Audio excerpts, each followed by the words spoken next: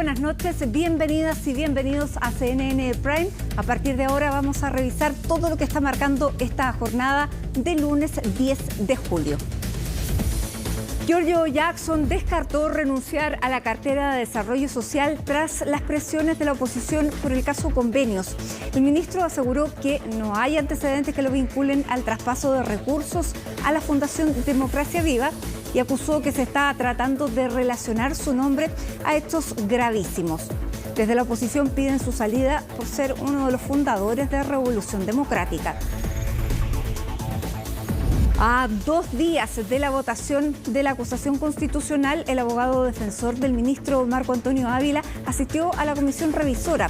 Francisco Cox aseguró que el libelo no hace referencia a las denuncias del exdirector de la JUNAEP, Cristóbal Acevedo, y agregó que solo se trata de una acusación con eslogan y cuñas vacías. El Ministerio de Salud encendió las alarmas por la alta transmisión de virus respiratorios en adultos mayores. Desde la cartera hicieron un llamado a vacunarse contra la influenza a todos los mayores de 65 años o enfermos crónicos. Esto ante la baja tasa de inoculación que se ha registrado en estos grupos de riesgo. En temas internacionales, a solo horas de que comience una nueva cumbre de la OTAN en Lituania, la alianza informó que Turquía levantó el veto a la adhesión de Suecia. El presidente Recep Tayyip Erdogan había afirmado que solo apoyaría la candidatura del país si los miembros de la Unión Europea aceptaban reconsiderar la membresía de Turquía en el bloque comunitario. Todo esto y más porque aquí comienza CNN Prime.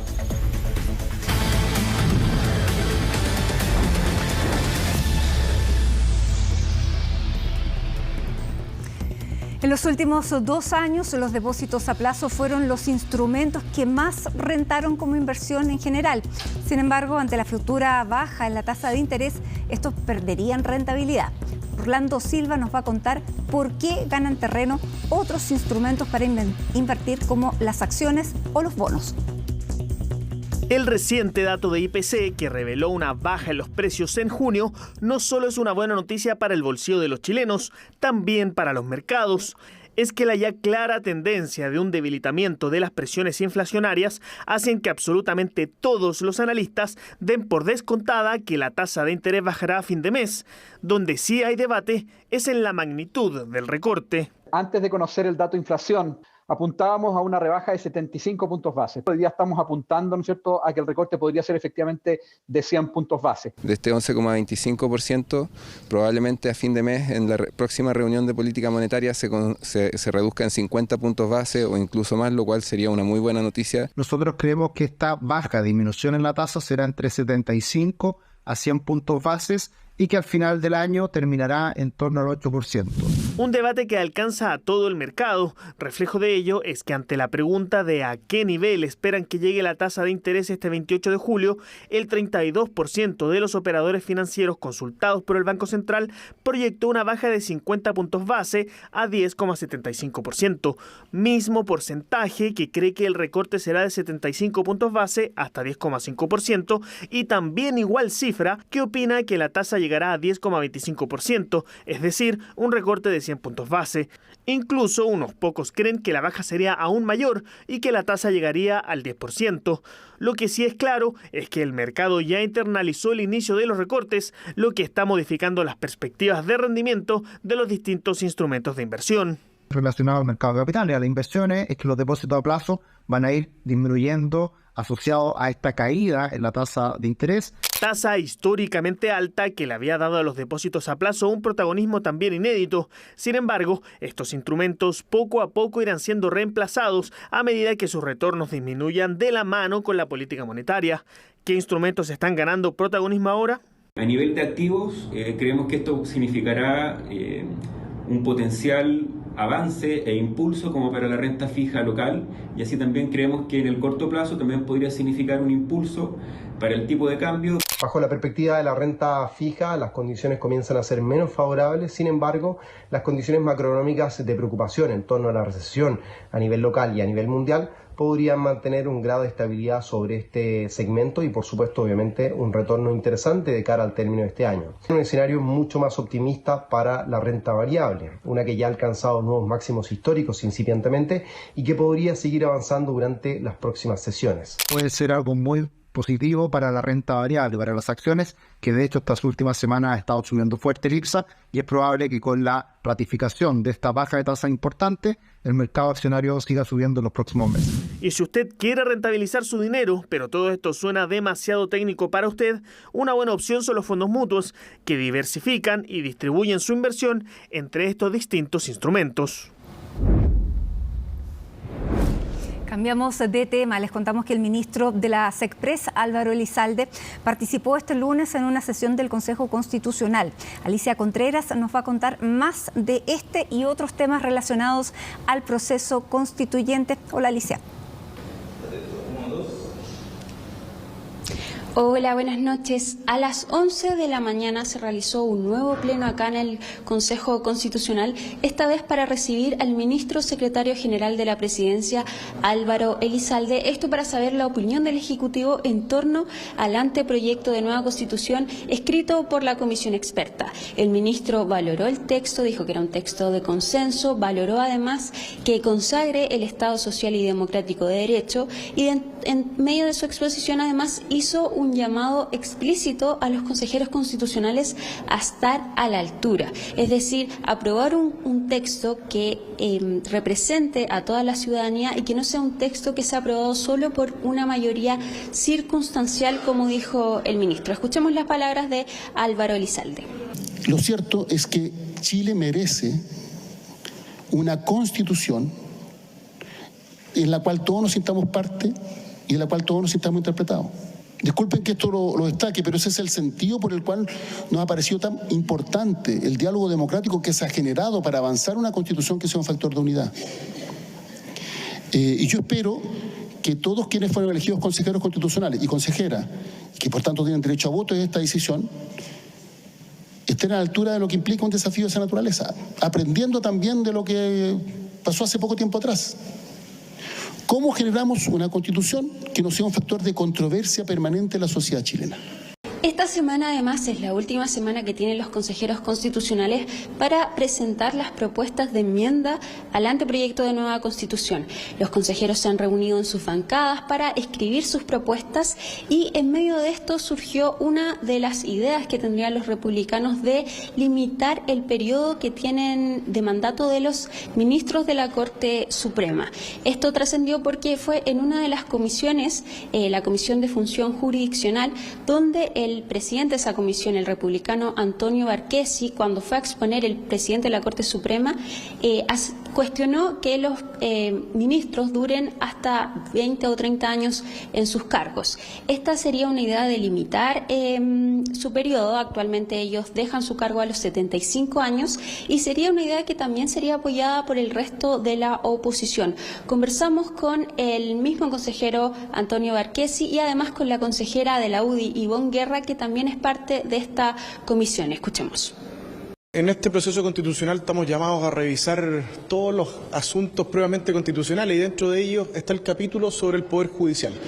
En ese marco vamos a tener que pronunciarnos respecto de la norma del anteproyecto, de la jubilación a los 75 años para los magistrados de la Corte Suprema, y vamos a tener que pronunciarnos también respecto de las indicaciones que los consejeros presenten respecto de este asunto. Y ahí han surgido algunas ideas respecto de si incorporar a los magistrados de la Corte Suprema un periodo de duración. Creo que hay grandes ventajas en esa línea y creo que va en la línea de garantizar una magistratura que actúe con sujeción a la ley y con certeza jurídica. En esta etapa en que incorporamos una modernización del Estado también incluye estos cambios que son importantes y es un paso que tenemos que dar y para eso estamos trabajando, hemos propuesto porque A ver, si todos los chilenos varones se jubilan a los 65, ¿por qué tiene que tener el Poder Judicial los privilegios? Necesitamos que las nuevas generaciones también vayan quedándose y no se atrincheren estos jueces durante muchos años, mucho más, casi 35 años. Por lo tanto, es importante hacer esta salida y es importante también para el Chile de hoy, lo que espera la ciudadanía de todos y todas. Preliminarmente, los consejeros propondrían limitar el cargo hasta entre 15 y 20 años. Una idea que le fuimos a preguntar al oficialismo y que estarían dispuestos a analizarla. Hablamos con María Pardo, ella es consejera de Convergencia Social y también es integrante de esta comisión. Escuchemos. Yo creo que es algo que tenemos que discutir, la verdad hay que evaluarlo. Creo que merece nuestra atención, sin embargo es una excepción al principio que rige a la judicatura, que es el de inamovilidad, que significa que los jueces duran en su cargo mientras dura su buen comportamiento, ¿verdad? Entonces yo creo que hay que ver realmente cuáles son las ventajas y desventajas, considerando que es una regla que ha estado en la tradición constitucional hace harto tiempo, así que eso, hay que evaluarlo. El plazo entonces termina el próximo lunes a las medianoche. Se espera que las enmiendas probablemente van a ingresar esa misma noche. Por ahora las bancadas se están reuniendo. Esta jornada se reunió, por ejemplo, la bancada de RN y Evópoli con la UDI. Los republicanos también se han reunido este fin de semana. Quizás ellos se podrían reunir para hacer una reunión de toda la oposición. El oficialismo, por su parte, también está escribiendo sus enmiendas y veremos entonces qué es lo que proponen el próximo lunes 17 de julio.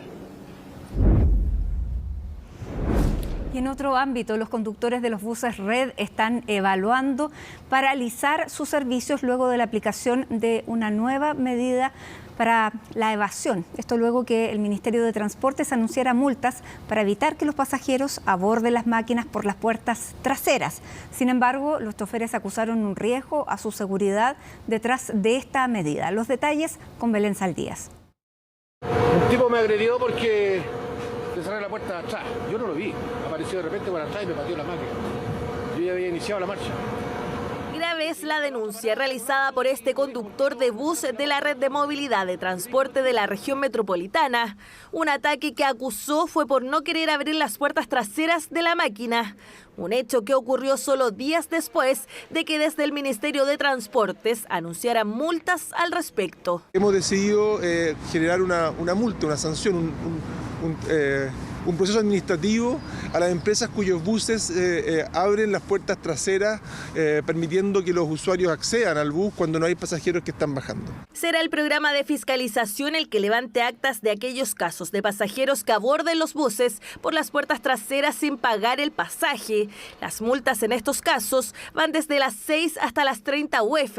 Esto quiere decir entre los 200.000 y 1 millón de pesos y serán directamente a las empresas. Las puertas se tienen que abrir las traseras.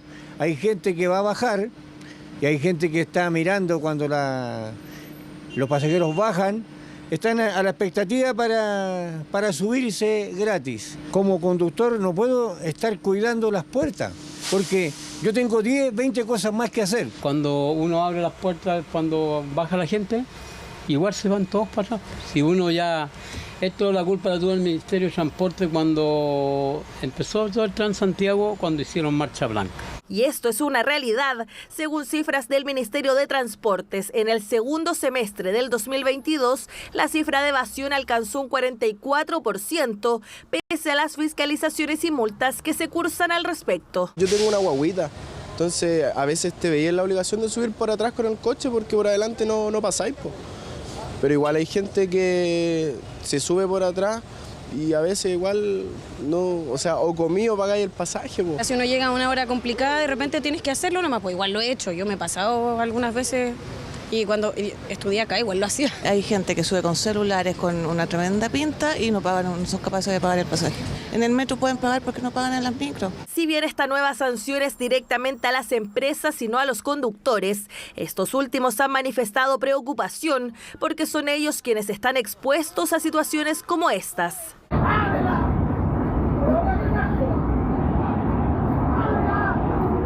Que quiebran vidrio, revientan las puertas, se suben igual por atrás Y aparte que cuando tocan el timbre, no en esas paradas exclusivas cuando hay fiscalizadores, cuando uno para en las paradas que están como en ruta, la gente hace parar la micro, uno toca el timbre, se baja la gente para atrás y corren por subirse por atrás. A nosotros nos agreden, especialmente en la periferia de la capital.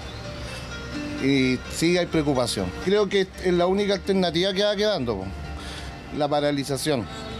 Porque ellos están haciéndole parte al conductor, dicen que es para la empresa, pero en realidad están atacando al conductor directamente. Y precisamente, esto es algo que ha ido tomando fuerza durante los últimos días. Han sido varios los gremios que hablan de una posible paralización de actividades como una forma de manifestarse en contra de esta medida. Condenamos enérgicamente cualquier hecho que afecte su seguridad y la de los pasajeros. Por eso nos hemos ocupado que esté vigente su cabina segregada. Por eso también nos ocupamos de hacer seguimiento y control a las cámaras a bordo de los buses. Queremos pedir simplemente que los conductores nos puedan apoyar para poder hacer un uso correcto de las puertas. En esta misma línea agregó que siempre estará disponible el uso de las puertas traseras para personas con movilidad reducida o para quienes carguen coches y niños pequeños. Además, señalaron que ingresarán un proyecto de ley al Congreso con el objetivo de aumentar las sanciones para todos aquellos que agredan tanto a fiscalizadores como a conductores. Este martes al mediodía comenzará a llover en la zona centro-sur del país. Se espera que el sistema frontal sea de baja intensidad y que dure solo 24 horas. A pesar de que se esperan lluvias débiles, las autoridades se reunirán en Senapred para monitorear la situación. Los detalles junto a Daniela González. Aquí quedamos aislados, loco. Aguantar aquí nomás. Nuestro país parece aún no recuperarse de las inmensas pérdidas que dejó el sistema frontal del mes de junio en la zona centro-sur. Y este martes volverá a llover en el centro de Chile, pero con isoterma más baja y de forma mucho menos intensa. Y en esta ocasión la isoterma cero va a estar en torno a los 2.000 metros, que es bastante baja para la línea cordillera. Por lo tanto, mucha de la precipitación va a ser de carácter sólido por sobre esa línea que es lo que cae en cordillera. Donde más monto va a caer o va a dejar va a ser en los sectores costeros o litoral central, entre las regiones de Coquimbo y de Valparaíso. Los valles va a disminuir la precipitación que cae y nuevamente entre los sectores precordillerano y cordillerano las precipitaciones podrían estar en torno a los 10-15 milímetros. Y claro, este sistema frontal no debería tener tanta afectación, pero los ríos preocupan. La lluvia no es el verdadero problema, sí lo es la innumerable basura acumulada. Porque ahora está cortado, están trabajando, se ve la maquinaria en este momento, hay un camión también para llevarse esta enorme cantidad de basura que había acá. Enorme cantidad. Esa vez del río Mapocho se retiraron, escuche bien, más de 800 toneladas de basura. Y también hacer un llamado a la tranquilidad y la calma. Vamos a estar monitoreando el sistema frontal que probablemente venga durante los próximos días, entre el día martes y el día miércoles, con lluvias que van a ser, tal como decía el alcalde, distintas al sistema frontal anterior, con una isoterma más baja, lo que quiere decir que va a nevar en el sector precordillerano y cordillerano, y la cantidad de lluvia en el valle va a ser mucho menor. En la región metropolitana siempre preocupa el canal Santa Marta. Su desborde es postal obligada de cada lluvia. Por eso, y para evitar esta triste imagen, se han agilizado las limpiezas de los vertederos ilegales. Y acá ocurre algo que es preocupante. Sabíamos que los vertederos son preocupantes, pero generan también las imágenes que vimos durante las lluvias, ¿no? El de también colapsar nuestros ríos. La primera vez que estamos funcionando en esto. La pieza de mi mamá en un río. Es una irresponsabilidad que estuve yo aquí. La región metropolitana de Santiago le dice basta ya a la basura ilegal. En los ríos, en los canales, en las calles y en cualquier lugar.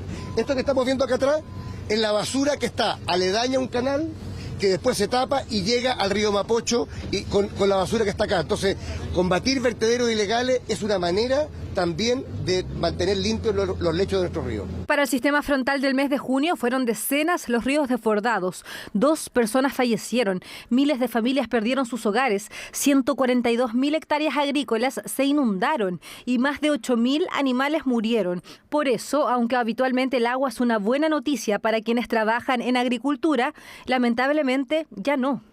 Estas lluvias van a ser cortas, en julio, agosto, de un día, 2 días, de 20 a 25 milímetros, pero después de estos 2 días de lluvia van a venir 6-7 días de buen tiempo, heladas, bajas temperaturas, mucha niebla, mucha humedad, pero con ausencia de lluvia. Y eso no le conviene a la agricultura. La agricultura necesita 3, 4, 5, 7 días de lluvia. Y lamentablemente el cambio climático nos está dejando 2 días de lluvia con un largo proceso de buen tiempo, de frío, de heladas que obviamente hacen descender los déficits de precipitaciones.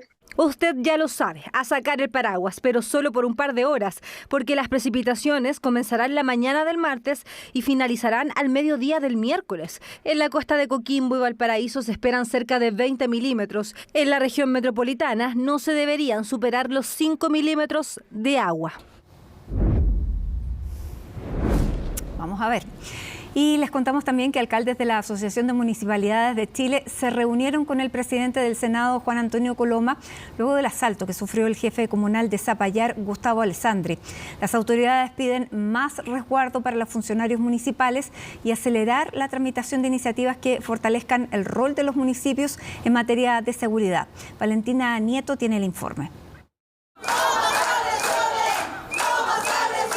Nosotros no vamos a aguantar más violencia. Acá lo único que pedimos nosotros y en esta instancia es de que nos den más apoyo. Es el llamado que hicieron los trabajadores del CESFAM Padre Pierre Dubois de la población La Victoria en Pedro Aguirre Cerda.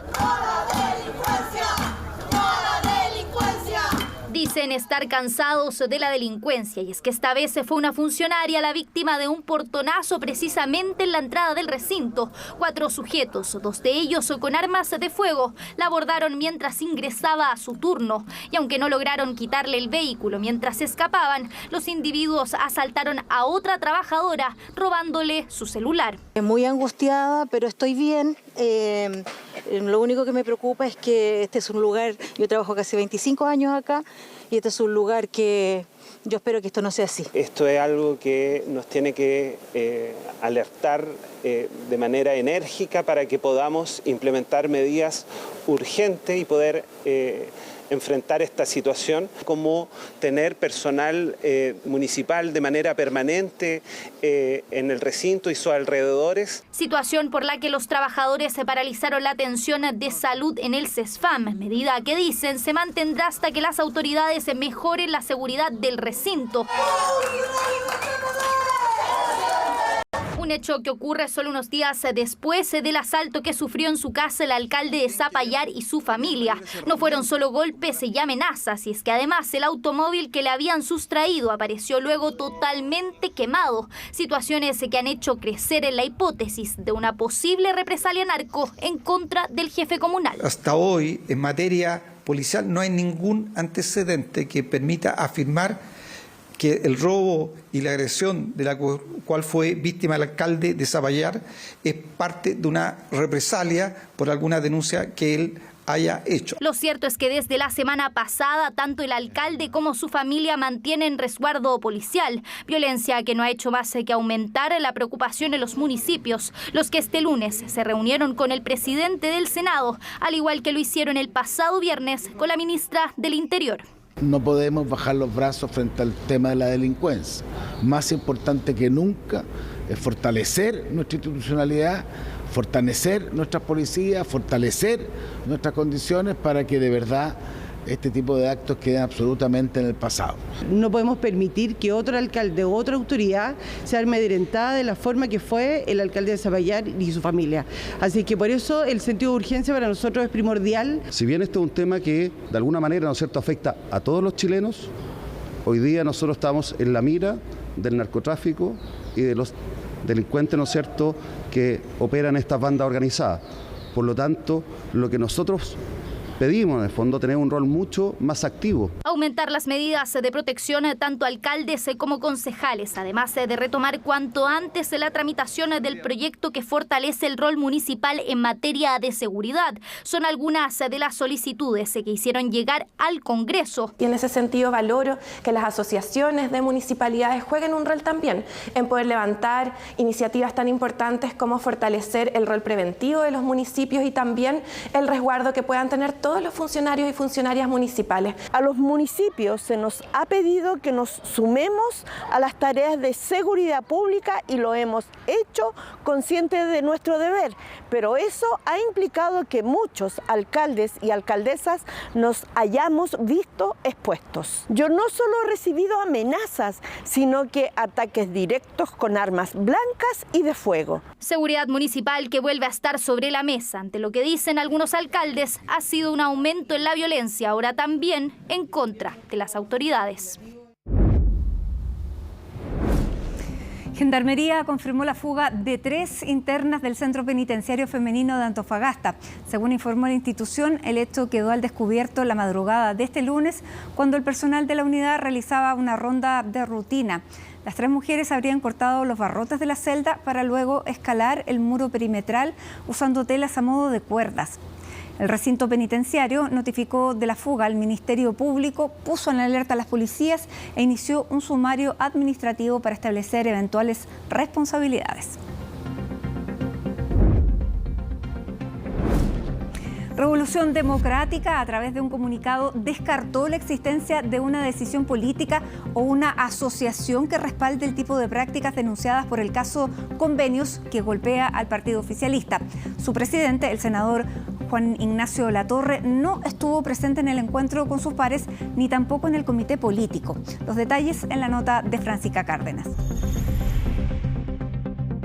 No llegó a la reunión oficialista, tampoco al comité político ampliado en La Moneda. El presidente de RD, senador Juan Ignacio Latorre, fue el gran ausente de ambas instancias en medio de la crisis abierta por el caso Convenios, que golpea a su partido y a todo el oficialismo. Creemos que hay que trabajar con más espíritu de cuerpo en estas crisis y hemos tenido algunas desavenencias. ¿Han habido problemas y se han quebrado las confianzas? Sí, por cierto, pero insisto, quien tiene que evaluar si él sigue siendo un interlocutor válido tanto para el gobierno como para las fuerzas del oficialismo es su propio partido. Las relaciones políticas son entre partidos, no entre personas. Y el hecho de que no esté participando ni del comité político ni de las reuniones del oficialismo, ¿complica el escenario?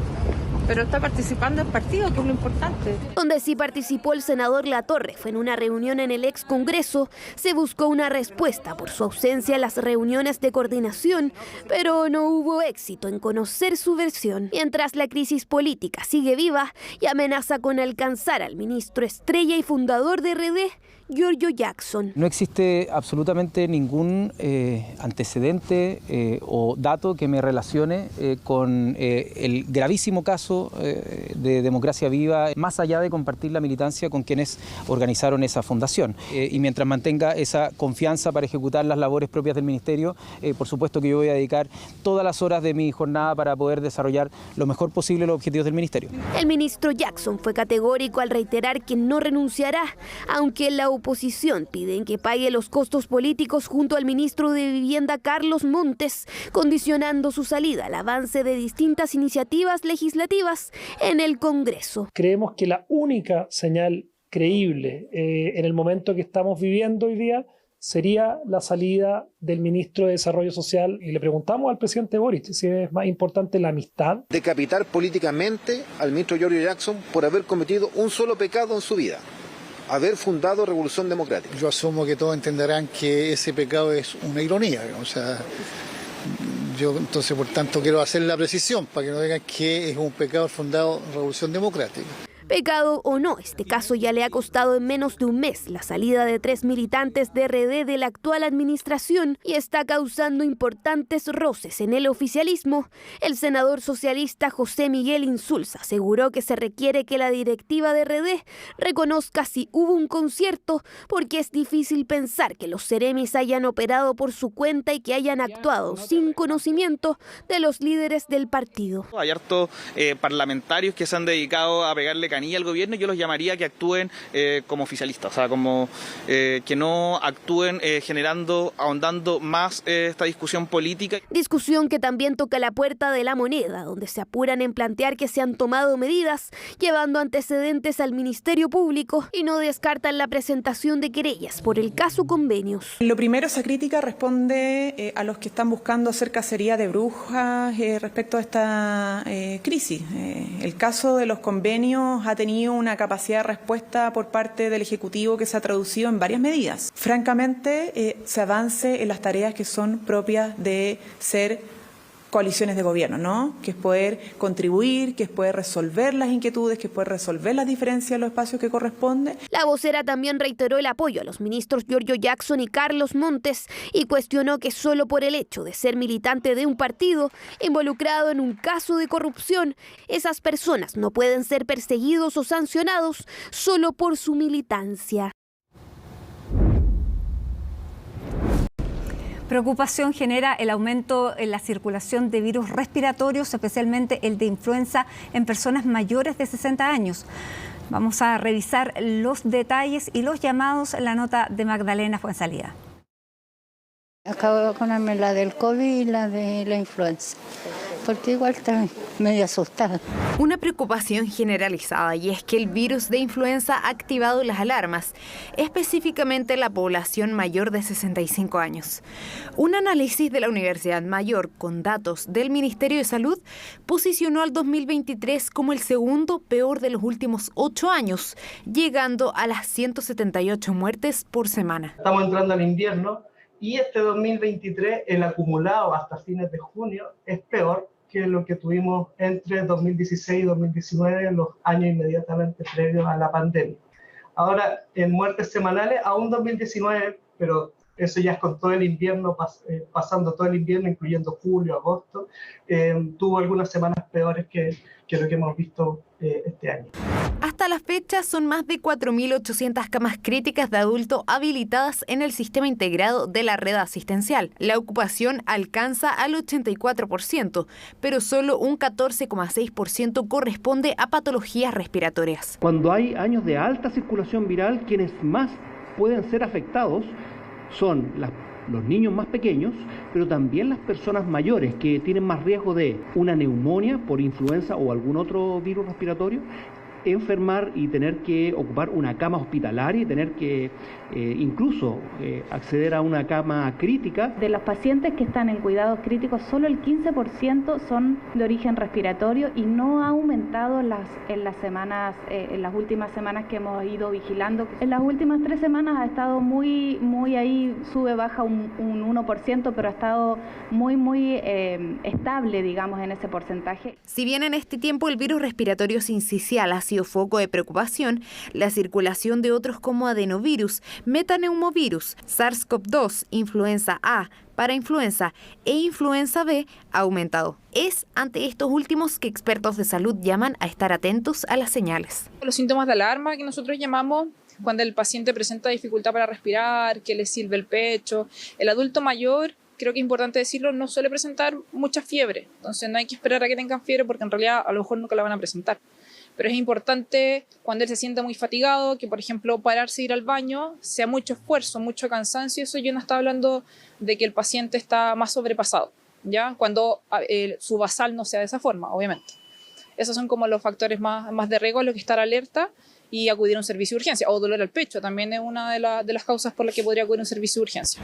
Tan solo el 61% de la población mayor de 65 está inoculada frente a este virus. Por eso el llamado a la vacunación es clave. Me preocupa. Sí, inclusive yo la semana pasada vine a vacunarme. Solamente nos queda cuidarnos y tener todas las vacunas al día. Incluso hay gente que todavía no se vacuna con la influenza y después reclama. De mayo que estoy con mucha tos, pero estoy con todas las vacunas. Yo ya me vacuné, ya tengo todas las vacunas.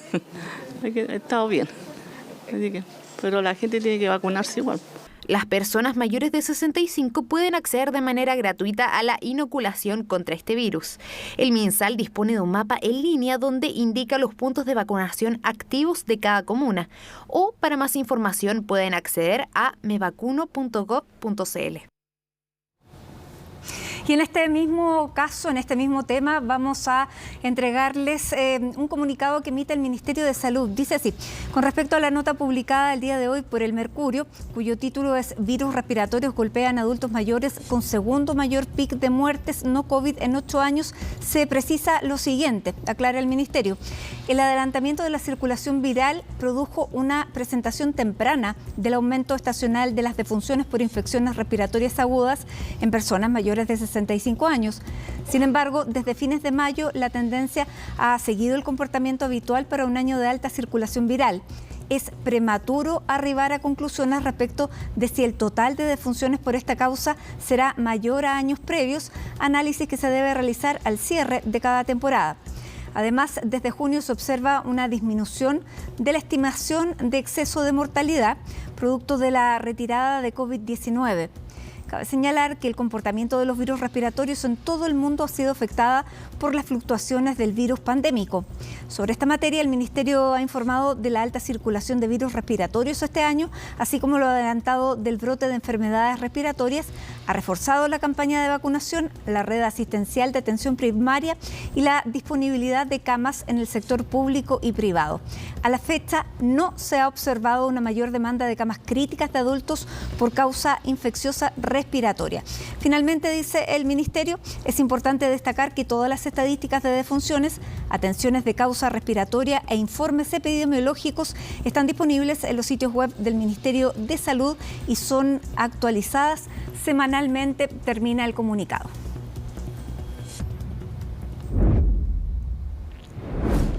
Y vamos al tema que nos va a ocupar durante esta semana, porque la Comisión Revisora de la Acusación Constitucional contra el ministro de Educación, Marco Antonio Ávila, votará este martes el informe que no es vinculante. El miércoles, en cambio, la Cámara de Diputados deberá rechazar o aprobar este libelo. Eso mientras el gobierno insiste en que es una acción homofóbica y discriminatoria. Los detalles en el informe de Macarena Román. Como lo he dicho en todas partes, yo tengo mucha tranquilidad, pues no hemos faltado ejerciendo, ¿no es cierto?, mi función como ministro ni a la Constitución ni a las leyes. La última palabra la tendrá el Congreso, y es que este miércoles la Cámara de Diputados tendrá que decidir si aprobar o rechazar la acusación constitucional en contra del ministro de Educación, Marco Antonio Ávila, un libelo que ha causado división. Nosotros creemos que vamos a contar con los votos para que definitivamente se destituya a este ministro que le ha hecho un grave daño a la educación en nuestro país. Creo que esta acusación constitucional ya se cayó. Yo creo que no cuenta con los votos y ha quedado en evidencia, por lo que decía al inicio, que la argumentación, la fundamentación de este texto presentado ha sido completamente dibujada con el pasar de los días. Si la oposición actúa unida, podría conseguir más de 70 votos para acusar al ministro, mientras el oficialismo podría llegar a 66, excluyendo a la diputada Catalina Pérez. Lo que podría cambiar el resultado de esta acusación será lo que voten el ADC, Partido de la Gente Amarillos, y el Centro Democrático Unido. Esta acusación carece de fundamento jurídico y por tanto deberá ser rechazada. Creemos que se está utilizando este instrumento de manera inadecuada. En el gobierno no solo cuestionan el instrumento, también las motivaciones, porque para la moneda detrás de la acusación existe un sesgo homofóbico, y que se tomó el debate tras la exposición que realizó Marcela Aranda en el ex Congreso, apoyando el libelo contra Ávila. Es que él, hoy día, y su activismo LGTBIQ+, y su condición, ha superado el límite de lo privado, y él ha cruzado el límite de vulnerar el derecho de los padres, de los niños, de las comunidades educativas. Esperamos, obviamente, que en el análisis del mérito de esta acusación constitucional no existan las mayorías para avalar un acto tan elevado de discriminación y homofobia contra un ministro de Estado. Ministro al que también la oposición quiere responsabilizar por los 3.500 millones de pesos distribuidos por la Junaep a una empresa que habría repartido solo 30 raciones de colación. Todo esto pese a que este organismo es una corporación autónoma de derecho público con personalidad jurídica. ¿De quién depende la Junaep? ¿De quién depende la Junaep? ¿Del Ministerio de Educación? No, es un órgano autónomo, no depende del Ministerio de Educación. ¿Pero quién es el encargado? Según la Ley Orgánica Constitucional de las Bases Generales de la Administración del Estado, dado que tienen que recurrir a alguna causal constitucional, es un órgano autónomo, no depende del Ministerio de Educación. Digo, si ustedes estaban pensando que dependía del Ministerio de Educación y por eso había incumplido, no depende del Ministerio de Educación. Pero son dineros que salen del Ministerio de Educación. Salen del presupuesto general de la República. Y el ministro de Educación tiene que responder por esos dineros. Discurso transversal en Chile Vamos. La bancada opositora insiste que el ministro de Educación no cumplió con sus deberes. Nuestra convicción es que en el momento que vive el país, pretender sostener que un ministro no tiene deber de supervigilancia sobre el buen uso de recursos públicos es indefendible. Hemos tenido una larga discusión, ¿no es cierto?, sobre qué se entiende por un órgano descentralizado, qué se entiende por supervigilancia. Es que supervigilancia no significa fiscalización. El abogado defensor del ministro Ávila confirmó que el miércoles invocarán la cuestión previa con el objetivo que se apruebe y finalice el proceso acusatorio contra el ministro de Educación. Eso después de la votación del informe no vinculante que deberá concretar la comisión revisora. Bueno, y de este mismo tema vamos a conversar con el diputado independiente de la bancada de Republicanos, miembro de la Comisión de Educación y quien presentó también la acusación constitucional, el diputado Stefan Schubert. Diputado, gracias por este tiempo. Muy buenas noches. Hola, ¿qué tal? Buenas noches. Muchas gracias. Diputado, ¿en qué base se sustenta esta acusación constitucional? ¿Cuál es el fuerte dentro de los 7 capítulos que tiene que para usted la hacen justificada, la justifican?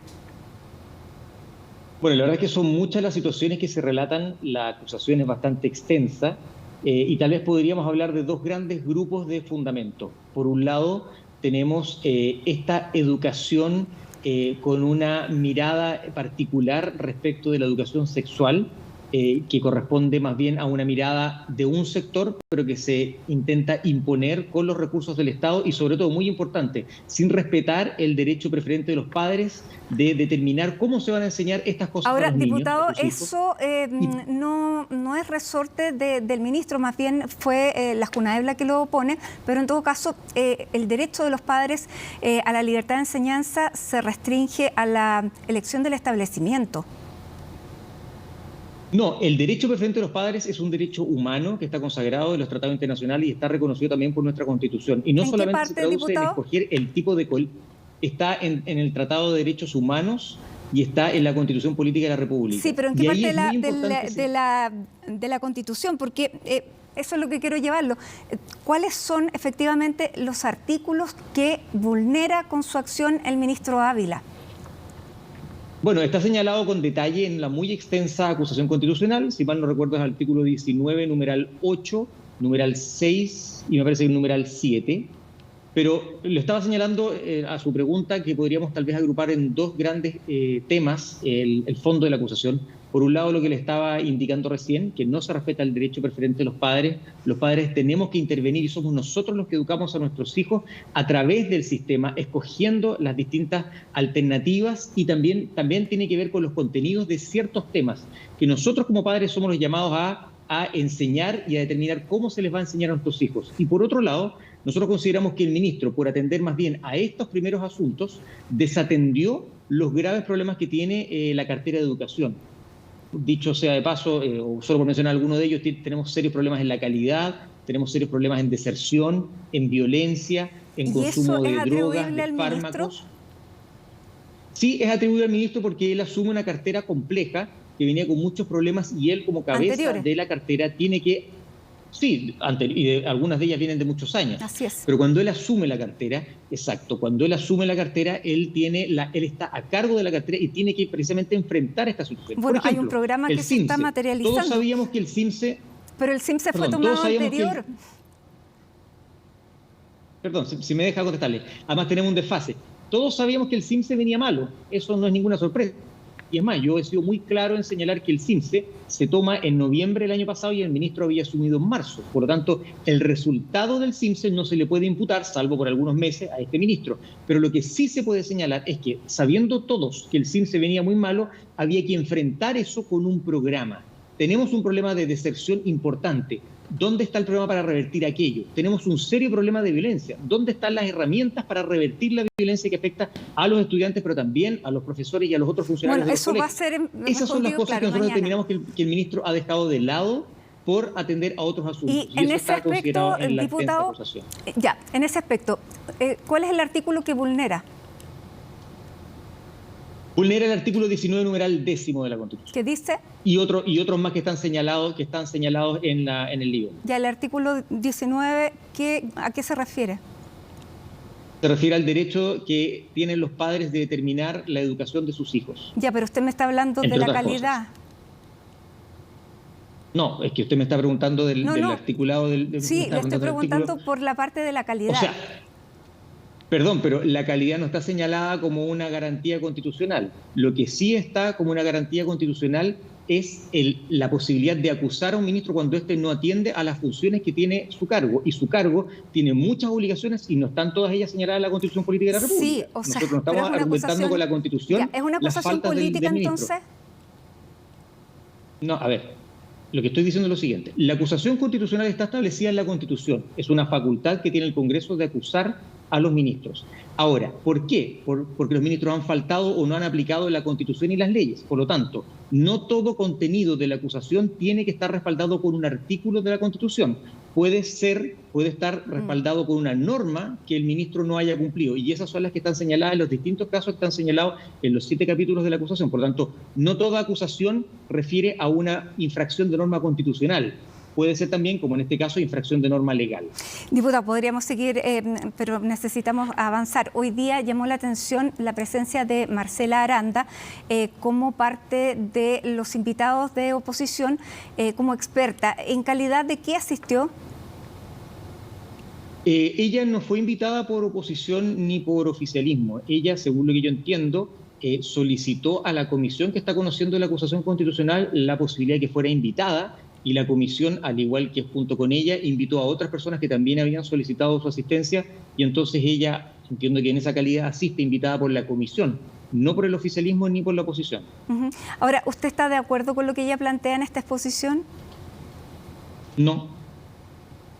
Creo que ella equivoca y creo que ella señala algo que no dice relación con la acusación. La acusación en ninguna parte dice relación con lo que ella menciona en su intervención de hoy día. Que de hecho yo no estaba presente, por lo tanto la escuché con posterioridad. Diputado, ¿para usted representa una dificultad o un problema, o le gustaría que no fuera así, que el ministro de Educación sea homosexual? Yo creo que la opción de cada persona es individual y no tiene por qué incumbirle a nadie más.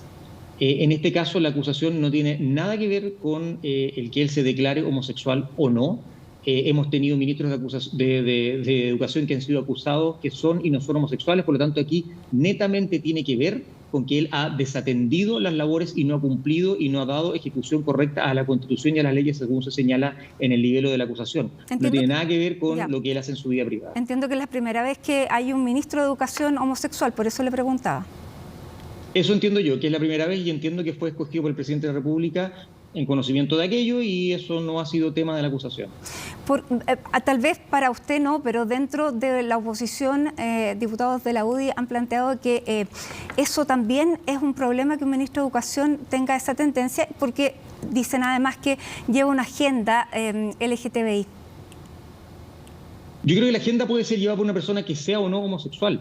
Aquí lo que se ha establecido es que efectivamente se ha priorizado una forma de ver la sexualidad que es particular de un sector, pero con la diferencia que se está tratando de imponer con recursos públicos. Y eso lo haga un ministro que sea homosexual o heterosexual, a mí por lo menos me da exactamente lo mismo, me parece incorrecto que lo haga.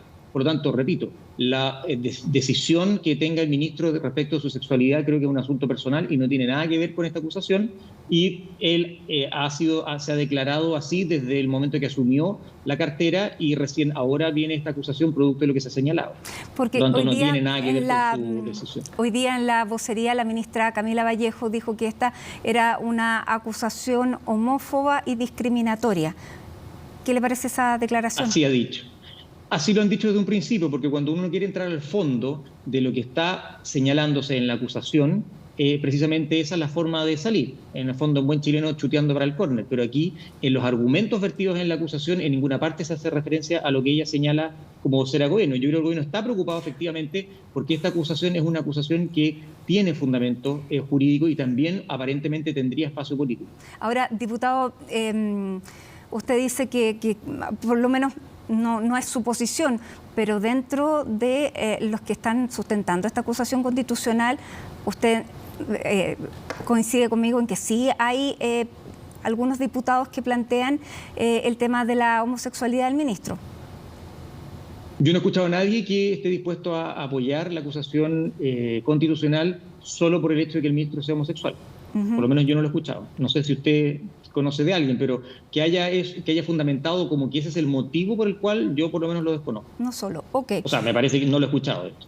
Diputado, también uno de los capítulos integra las acciones que ha hecho la JUNAEV.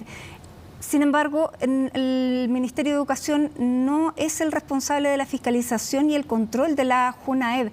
¿Ese sería un argumento entonces que no se podría presentar o que se desestimaría?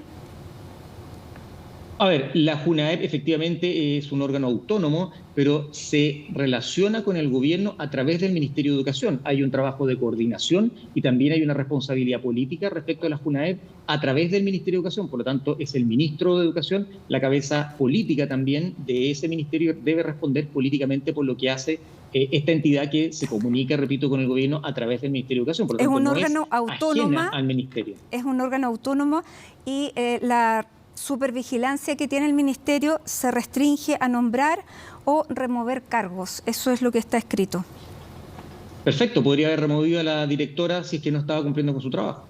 Eso precisamente es la calidad de superioridad, en este caso jerárquica, que le permite removerla y nombrar a otra persona, que es lo que entiendo hasta ahora el ministro no ha hecho.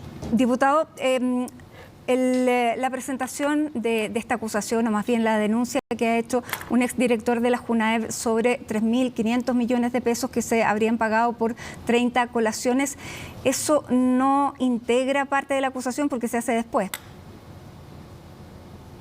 Efectivamente, eso sale dentro de las personas que son citadas por la comisión y que van a declarar, y lo dice la semana pasada.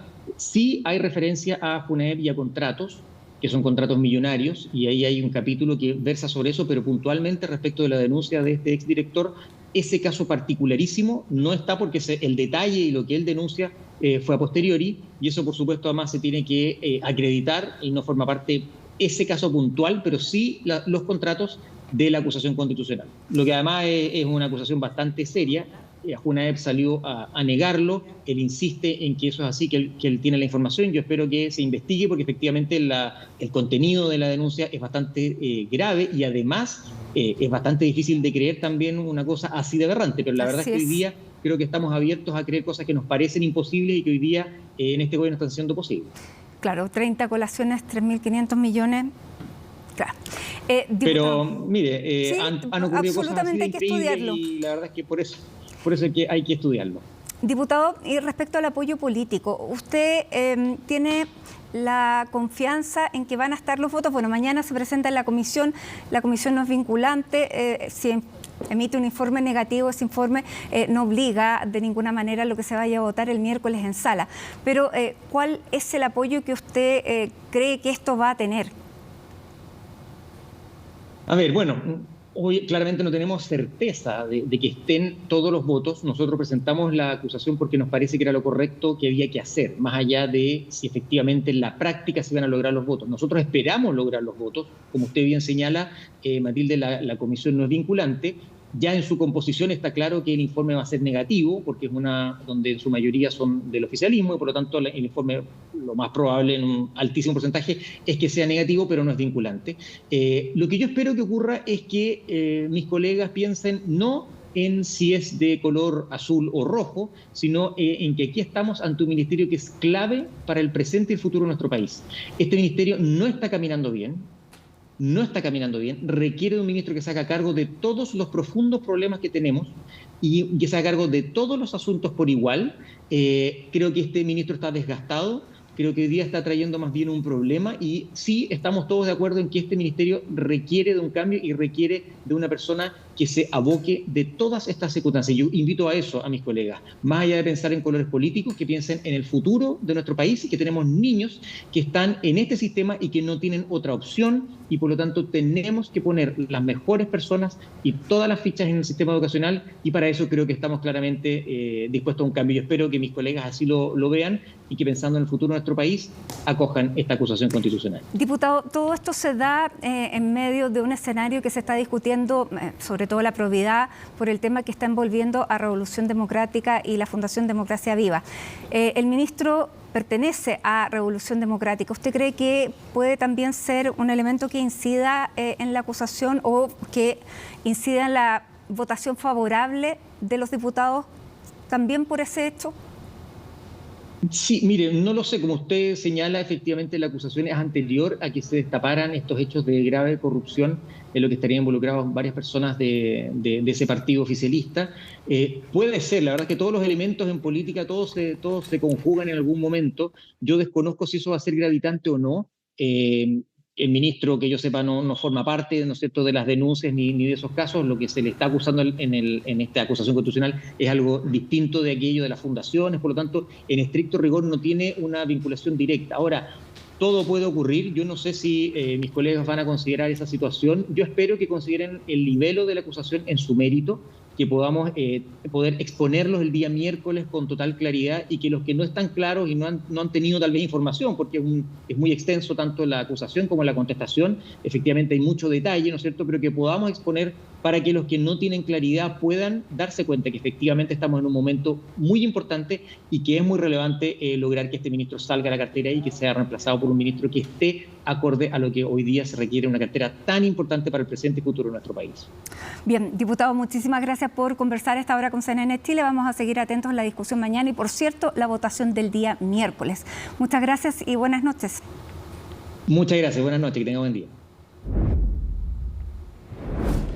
Bueno, hasta ahora vamos a cambiar absolutamente de tema y saludamos a Jacinta Molina, que se reintegra luego de un par de meses que le echamos de menos, y vamos a hablar de precisamente dónde estuvo, más bien los alrededores, porque mañana comienza la cumbre de la OTAN y hay bastante inquietud por lo que pudiera representar el interés que mantiene Ucrania de pertenecer a ese bloque, sobre todo después que se está abriendo posibilidades que antes no se abrían, por ejemplo, en relación a Suecia. Sí. Jacinta, bienvenida. ¿Cómo estás, Mati? Buenas noches. Claro, porque justo hoy día, cuando quedan ya horas para este encuentro que comienza mañana en Lituania, a todo esto muy cerca del foco de conflicto y cerca también de Rusia, es que Turquía ha anunciado un compromiso para levantar este bloqueo que mantenía la adhesión de Suecia. De concretarse esto, entonces, este país se convertiría en el miembro número 32 de esta alianza, sumándose a la reciente integración de Finlandia. Por otro lado, también está esta aspiración que sigue manteniendo Ucrania, pese a las declaraciones que hemos escuchado desde que empezó la guerra, incluso el día de ayer a través de la voz del presidente estadounidense Joe Biden, de integrar la OTAN. Biden, ayer lo revisábamos, decía que veía que Ucrania no estaba preparada para aquello e incluso también mencionaba que solo después del final de la guerra, se podría mantener esa conversación, o podría más bien empezar esa conversación. Mientras tanto, ya son varios los líderes de los países que integran la OTAN los que han llegado a Lituania para este encuentro. Y hay incluso reportes, sobre todo de nuestra cadena madre CNN, que hablan de que Zelensky va a estar allá el día miércoles para reunirse con Joe Biden. Parte entonces de lo que va a estar marcando este encuentro, pero los detalles los vamos a revisar en el siguiente informe que preparó nuestro compañero Gabriel Palma.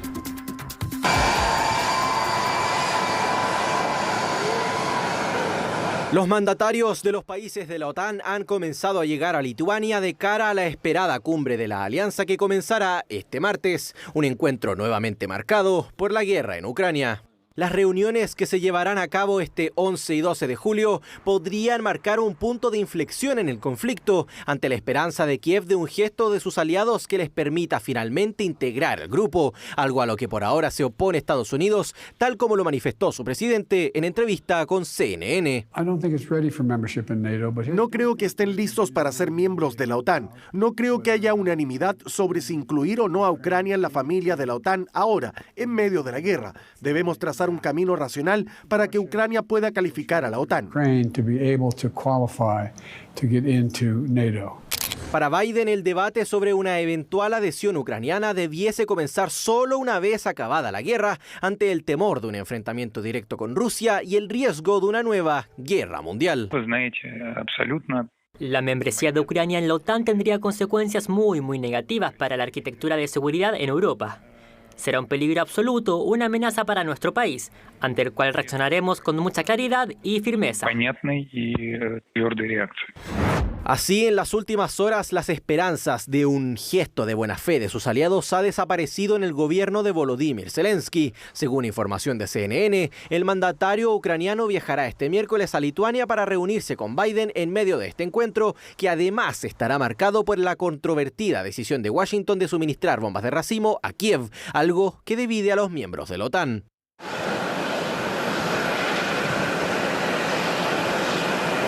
Suerte distinta es con la que corre Suecia, que podría finalmente convertirse en el miembro número 32 de la Alianza Atlántica, luego de que tras horas de intensas negociaciones, Turquía finalmente aceptara apoyar su ingreso. Me complace anunciar que el presidente Erdogan acordó enviar el protocolo de adhesión de Suecia a la Gran Asamblea Nacional lo antes posible y trabajar en estrecha colaboración con la Asamblea para garantizar su ratificación.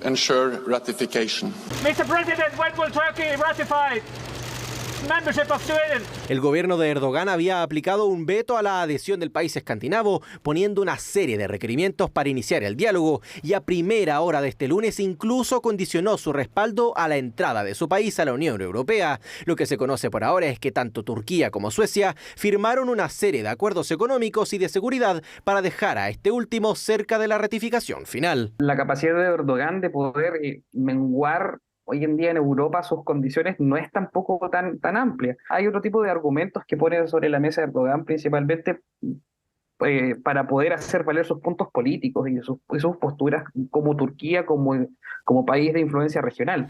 La seguridad se ha extremado en Lituania en la víspera de esta cumbre, sobre todo ante la posibilidad de que el grupo de mercenarios ruso Wagner ya esté operando al otro lado de la frontera en Bielorrusia tras la rebelión de fines de junio. Este lunes el Kremlin confirmó que el presidente ruso Vladimir Putin se reunió con 35 integrantes del grupo tras ese episodio. Vamos a estar, por cierto, muy pendientes a lo que vaya a ocurrir a contar de mañana con esta cumbre que comienza nuevamente marcada, Mati, por la guerra en Ucrania y estos gestos que se esperan o no vayan a acontecer en medio de este encuentro. Nos vamos a trasladar ahora a nuestra región, muy cerquita, en Perú. Hay preocupación porque las autoridades han decretado una emergencia sanitaria de al menos 90 días, todo esto por el aumento de los casos del síndrome de Guillain-Barré. ¿Qué es esto? Es una afección que comienza con síntomas musculares, pero que puede incluso amenazar al sistema respiratorio. Y ya las autoridades han confirmado la muerte de al menos 4 personas en los últimos días y también de 180 casos desde comienzos de este año. Y eso ha llevado a adoptar esta determinación en las últimas horas, lo que va a permitir, entre otras cosas, poder comprar los medicamentos para tratar a aquellos que se han enfermado con este síndrome.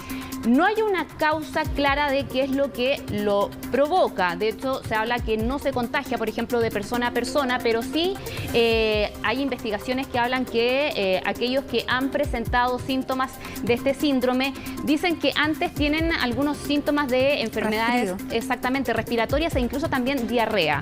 Claro, entonces, y que es parte puede de la ser de indagatoria origen viral o bacteriano, por lo tanto hay poca claridad, pero ese es uno de los precedentes que existe. Luego la sintomatología es hormigueo en las extremidades y comienza a faltarle la fuerza, a rigidizarse, y es por eso que puede ser mortal, porque se rigidiza el sistema respiratorio y el corazón. Ahora, dicen que es un extremo llegar a eso, que antes las personas sí pueden dar la alerta, manifestar los síntomas y tiene por lo menos un tratamiento. Exactamente, y por eso también se ha tomado esta determinación para comprar precisamente los medicamentos que permitan este tratamiento. Esta determinación, esta emergencia sanitaria decretada durante esta jornada se extiende a al menos 25 localidades y se habla que va a durar al menos por 90 días ante esta preocupación que hay por el aumento de los casos, pero también estos 4 decesos que se han informado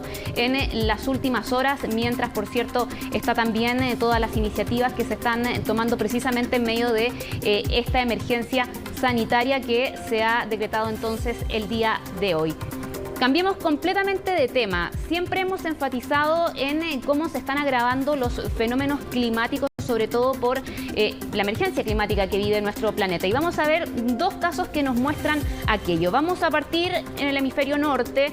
Son dos casos del hemisferio norte, pero vamos a comenzar en los Estados Unidos. Estas son imágenes de Nueva York, uno de los estados del sureste de este país que está siendo azotado por precipitaciones, inundaciones muy intensas, por cierto, y que han llevado también a las autoridades a calificarlas como históricas. 200 milímetros de agua, decían ayer desde la gobernación de Nueva York, que cayeron en la última jornada en medio de este temporal, donde se ha confirmado también la muerte de al menos una persona en las últimas 24 horas. Casos también de personas que han quedado atrapadas en sus casas, en sus automóviles, incluso rutas que han sido cortadas debido a esta emergencia, porque claro, no es el mejor momento para transitar precisamente en medio de estas condiciones muy peligrosas, por cierto, e imágenes también de este tipo que nos hablan de lo fuerte que están siendo estas precipitaciones. Ayer incluso miles de personas quedaron sin luz en la ciudad de Nueva York debido a esta situación que también está ocurriendo en otros estados del sureste de los Estados Unidos. Una cosa muy llamativa es que en el oeste, por ejemplo, hay una alerta por una ola de calor. Bueno, además, porque esto sucede en el verano del hemisferio norte, por lo tanto está lloviendo con temperaturas bastante altas, lo que también puede generar... Y con este recorrido por la trayectoria de Elton John, decimos adiós a esta edición de CNN Prime. Gracias por habernos acompañado. Los invitamos a que sigan en nuestra sintonía porque ya llega Aquí se debate esta noche con Fernando Paulsen. Antes, eso sí, el tiempo CNN. Lunes 10 de julio, así estuvo nuestro país y el mundo. Somos CNN Chile, que tenga muy buenas noches.